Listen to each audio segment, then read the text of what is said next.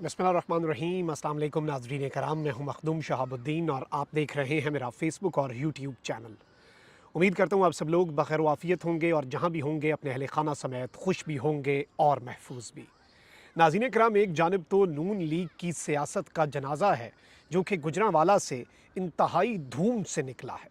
Election से 5 दिन कबल नून लीग का गढ़ समझे जाने वाला गुजरांवाला आज जो नवाज़ शरीफ के साथ, मरीम नवाज़ के साथ और शहबाज शरीफ के साथ एलियाने गुजरांवाला ने कर दिया है, इससे पहले बहुत कुछ हुआ होगा। इससे पहले इनके जलसों में, इनकी रैलीज़ में रुसवाई के मनाजिर बहुत से मंजर आम पर आए होंगे, बहुत सी वीडियोज़ आई होंगी, लेकिन आज जो इनके साथ हो गया है ये दी एंड है।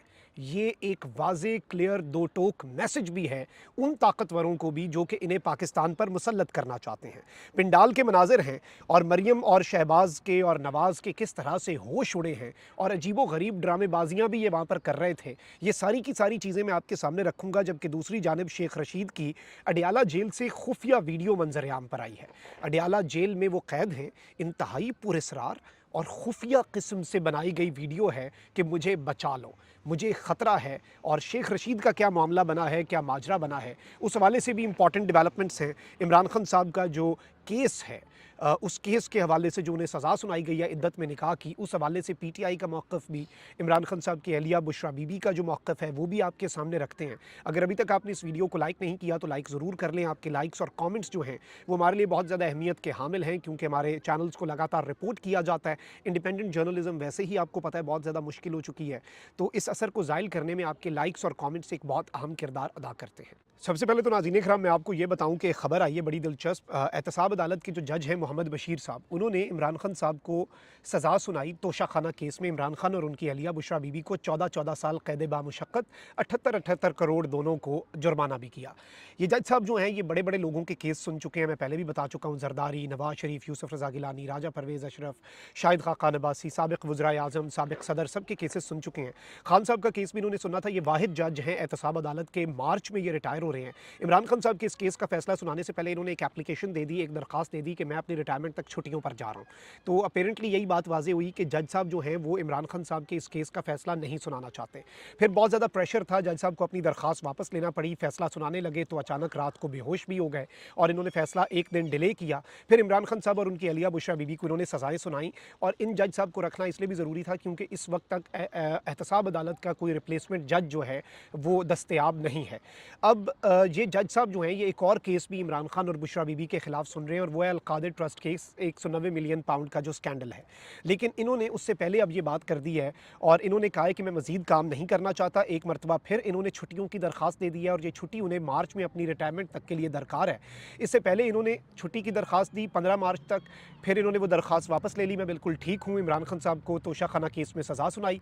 अब ये 190 मिलियन पाउंड स्कैंडल केस में गालिबन यही लग रहा है कि ये सज़ा नहीं सुनाना चाहते और ये केस नहीं सुनना चाहते। इसलिए इन्होंने ये जो अपनी सेहत है उसके एक्सक्यूज़ दे के, अपनी सेहत का मामला बता के कि मेरी सेहत ठीक नहीं है, इन्होंने ये कह दिया है कि जी मुझे आप एप्लीकेशन मेरी अप्रूव करें और मैं अपनी रिटायरमेंट तक मज़ीद कोई केस जो है वो नहीं सुनना चाहता, मेरी तबीयत इस बात की इजाज़त नहीं देती। तो ये एक बड़ी अहम डेवलपमेंट है, इसे ज़हन में रखिएगा, क्योंकि हैट्रिक तो कर ली है, एक और सज़ा सुना के निज़ाम ने अपने मुँह के ऊपर कालक तो मल ली है। इमरान खान का कोई नुकसान नहीं हुआ। मुल्क के अंदर जो एक प्रेसिडेंट सेट कर दिया गया इद्दत में निकाह वाला, ये इस निज़ाम के लिए ख़तरा है, इस निज़ाम के मुंह के ऊपर एक कालक है, ये और किसी के लिए कोई इसमें इशू नहीं है। वहीं दूसरी जानिब बानी पीटीआई इमरान खान की अहलिया बुशरा बीबी ने इद्दत के मामले के ऊपर अपना रद्द-ए-अमल दिया है। ये जो जज साहब ने सज़ा सुनाई है, और यही मुफ्ती सईद जो गवाह है, ये ऑलरेडी कहता है कि इद्दत के हवाले से औरत की गवाही हतमी है, उस पर कोई कुछ नहीं कह सकता। कानून ये कहता है, कुरान करीम, फुरक़ान हमीद ये कहता है, अहादीस मुबारका से ये बात साबित है, शरीयत में ये बात है, और फिर आप फैसला भी गैर शरई पे दे रहे हैं। या तो आप कहें ना कि कानूनी मामलात हैं, पाकिस्तान में बहुत सी सज़ाएँ हैं जो शरीयत के मुताबिक नहीं है, लेकिन आप एक स्पेसिफिकली मामला शरीयत का करके उसमें शरीयत से ही आगे बढ़ गए। बुशरा बीबी ने सब के ऊपर कहा है कि इद्दत का मामला कुरान मजीद में है, सब वाज़े है। रावलपिंडी की अडियाला जेल के कायम करदा कमरा अदालत में मीडिया से गैर रस्मी गुफ्तगू करते हुए उन्होंने कहा कि फ़ैसला आवाम को करना है, बाहर से ग़ुलाम आ गया है, वो नौकरी करेगा अब इनकी, यानी ये इन्होंने नवाज शरीफ के हवाले से कहा। ख्याल रहे कि इमरान खान साहब और बुशरा बीबी जो हैं उनके हवाले से जो चीज़ें की जा रही हैं वो आपके सामने हैं। अब इस सब के ऊपर पाकिस्तान तहरीक इंसाफ ने भी अपना रद्द-ए-अमल जारी कर दिया है, और पाकिस्तान तहरीक इंसाफ ने कहा है कि हम इस फैसले के खिलाफ हाई कोर्ट में अपील दायर करेंगे, हमें हमें फिर भी उम्मीद है, ऑल्दो इस वक्त पूरे का पूरा निज़ाम हमारे ख़िलाफ़ है, लेकिन हमें फिर भी उम्मीद है कि हमें इस केस के अंदर इंसाफ मिलेगा। मीडिया से गुफ्तगू करते हुए बैरिस्टर गौर ने कहा कि गैर अखलाकी किस्म के इल्ज़ामात ज़ाती ज़िंदगियों को सियासी मकासद के लिए इस्तेमाल करते हुए एक बेहुदा केस में 7 साल की कैद सुनाई गई। जज साहब ने फैसला सुनाया तो मैंने दरख्वास्त की कि जिसने भी करना था, लेकिन हमें आपसे ये तवक्को नहीं थी। हमने आप लोगों के लिए कुर्बानियाँ दी थी। हम अदलिया से तवक्को करते थे कि जितना मर्जी प्रेशर हो आप इंसाफ का बोल बाला करेंगे, लेकिन आपसे मायूसी हुई। ये एक ऐसा केस है जिसका ना सर है ना पाँव। ये वो केस है जो फ़कत एक सियासी मुखालिफ ओन चौधरी की बुनियाद पर बनाया गया। मौलवी ने खुद कहा कि ओन चौधरी मुझे उठा कर लाया है। उन्होंने कहा कि 2 दिन में 14-14 घंटे समाअत करके ट्रायल मुकम्मल किया गया। हमें सबूत पेश नहीं करने दिए गए, हमें क्रॉस एग्जामिनेशन नहीं करने दी गई। आज भी फैसला ज़ुबानी सुनाया। जज साहब के पास फैसले की कॉपी नहीं थी, उन्होंने अभी भी उस पर दस्तखत नहीं किए। ये सब ड्रामा हो रहा है। इमरान खान की किरदार कुशी की जा रही है ताकि उन पर बेहुदा और बदउनवानी के इल्ज़ाम आ जाएं, ताकि वो बाकी सियासतदान जिन पर हकीकत में ऐसे इल्ज़ाम लगे हैं उनकी सफ़ में खान को ये खड़ा करके कहें कि देखें मुल्क में तो सब एक जैसे हैं। ये अपने आप को इनोसेंट तो प्रूव कर नहीं सके बाकी सियासतदान जिन पर जायज़ इल्ज़ामात हैं, तो खान को अपने साथ जोड़ के कहेंगे कि देखें जी हैं ही सब ऐसे।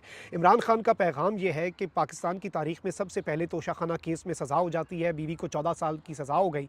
उनका केस में जिक्र भी नहीं था, लेकिन उन्हें सज़ा हुई, जिसकी हुकूमत साजिश करके ख़त्म कर दी गई। उसके खिलाफ ही ट्रायल चलाया गया। पाकिस्तान में पहली मरतबा एक सियासी जमात के इंट्रा पार्टी इलेक्शन को देखा गया और पहली मरतबा एक ही सियासी जमात से निशान वापस लिया गया और मुकम्मल क़यादत जेलों में है या छुपी हुई है। हम इस फैसले के खिलाफ हाई कोर्ट में अपील करेंगे। हमें उम्मीद है इंसाफ मिलेगा। अदलिया को बार बार कहते हैं हम आप पर एतमाद करते हैं, आप भी हमारे बुनियादी हुकूक जो हैं उनका तहफ़्फ़ुज़ करें। ये एक इंपॉर्टेंट डेवलपमेंट है।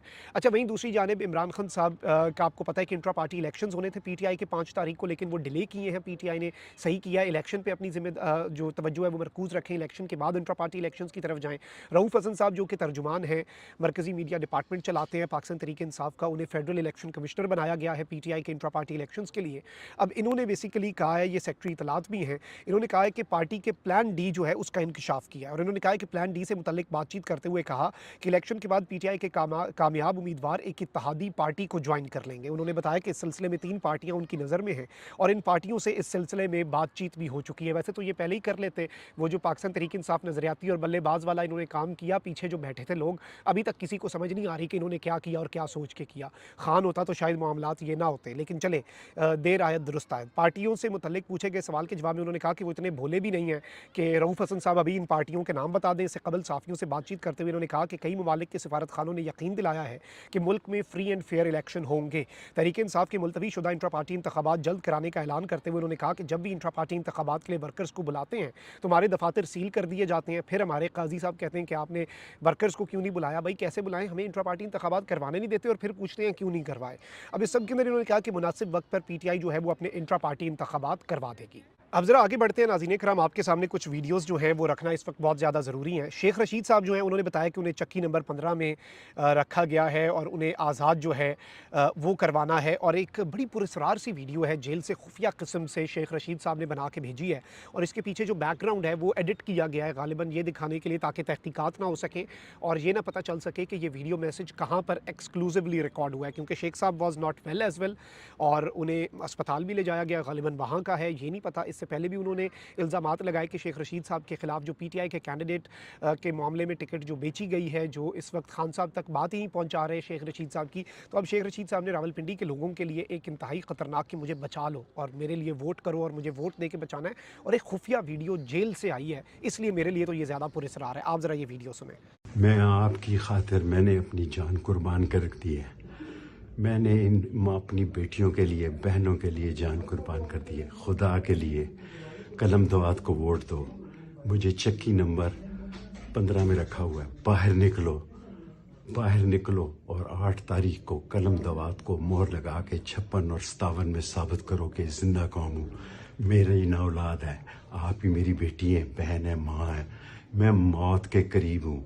मुझे ज़िंदगी दो और मुझे ज़िंदगी सिर्फ कलम दवात पर आपकी वोट और मोहर दे सकती है। खुदा और उसके रसूल के वास्ते 8 तारीख को कलम दवात के निशान पे मोहर लगा के शेख रशीद को एक नई ज़िंदगी दो। शेख रशीद आपको एक नया पाकिस्तान, नया पिंडी देगा, जान दे देगा। इनकी तरह जो मेंबर, आज़ाद मेंबर बिकेंगे, बिकाऊ नहीं हूँ मैं, कायम हूँ, जिंदा रहूँगा और मरूँगा। ये आपने सुना और इसमें फिर पीछे दरवाज़ा भी खटखटाया जाता है, तो ये जल्दबाजी में वीडियो बनाई गई है और इसमें बैकग्राउंड जो है वो ऐसे रखा गया है। तो ये एक बड़ी वीडियो वायरल हो रही है और लोग इस पर तबसरे कर रहे हैं। अच्छा, वहीं दूसरी जानिब आले शरीफ जो है उसकी रुसवाई का सिलसिला जो है वो बड़ी तेज़ी से जारी है और नून लीग की सियासत का जनाजा है गुजरांवाला नून लीग का गढ़ समझा जाता था।